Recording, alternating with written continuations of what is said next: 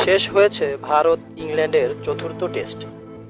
Innings ব্যবধানে জয়ের স্বপ্ন দেখা ইংল্যান্ড ড্র মেনে নিয়ে মাঠ ছাড়ল। কি কি ঘটেছিল গত 5 দিনে, চলুন জেনে নেই অতি অল্প সময়ে। ম্যানচেস্টার টেস্টের প্রথম দিন টসে জিতে বোলিংয়ে ইংল্যান্ড। শুরুটা সুন্দর হলেও রাহুল আউট হয়ে 50 না করেই জয়সওয়ালের অর্ধশতকে প্রথম দিনে 200+ রান করতে ভারত হারায় 4টি উইকেট। তার মাঝেই পায়ে গুরুতর আঘাত নিয়ে মাঠ ছাড়ে পান্থ। দ্বিতীয় দিন পায়ের আঘাত নিয়েও মাঠে আসেন পান্থ, করেন অসাধারণ 50। আর্চারের বলে বোল্ড হবার আগ পর্যন্ত তাকে নিয়েই শেষ বেলায় কিছুটা স্বপ্ন ছিল ভারতের। সবকিছু ছাপিয়ে বেন স্টোকসের ফাইফারে ভারত আটকায় মাত্র 358 রানে। জবাবে ব্যাটিংয়ে নামা ইংল্যান্ড যেন পিচের চেহারাটাই পাল্টে দেয়। প্রথম সারির 4 জনের রান যথাক্রমে 84, 94, 71 এবং রুটের করা 150। ব্রুক ব্যর্থ হলেও পুরো স্টোকস করলেন 141 রান।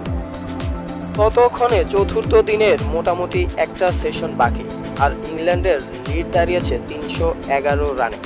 669 রান করতে গিয়ে জাদেজার বোলিংয়ে 4 বার আউট হয় ইংলিশ ব্যাটসম্যানরা।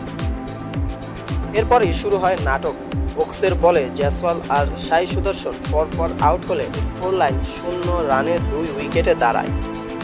এখান থেকেই শুরু হয় ইংল্যান্ডের সিরিজ জয়ের স্বপ্ন।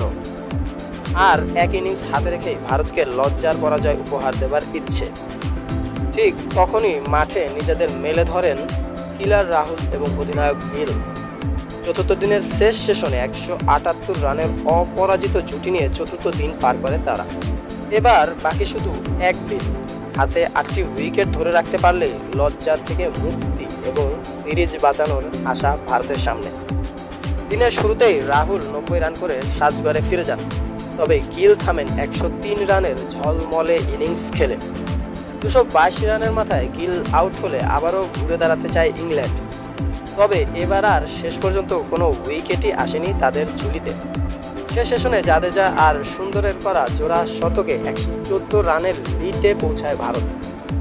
এ দেখে শেষ পর্যন্ত জেতার আশা মুছে দিয়ে ড্র মেনে নেয় ইংল্যান্ড। ম্যাচ সেরার পুরস্কারটি পান বেন স্টোকস। অসাধারণ এই টেস্টে সুন্দর এবং জাদেজার কৃতিত্বের পাশাপাশি গিল এবং রাহুলদের ইনিংসটাও সুন্দর ছিল। ভারত দেখিয়েছে ম্যাচ হারার আগে কখনো হেরে যেতে নেই। ধন্যবাদ সবাইকে।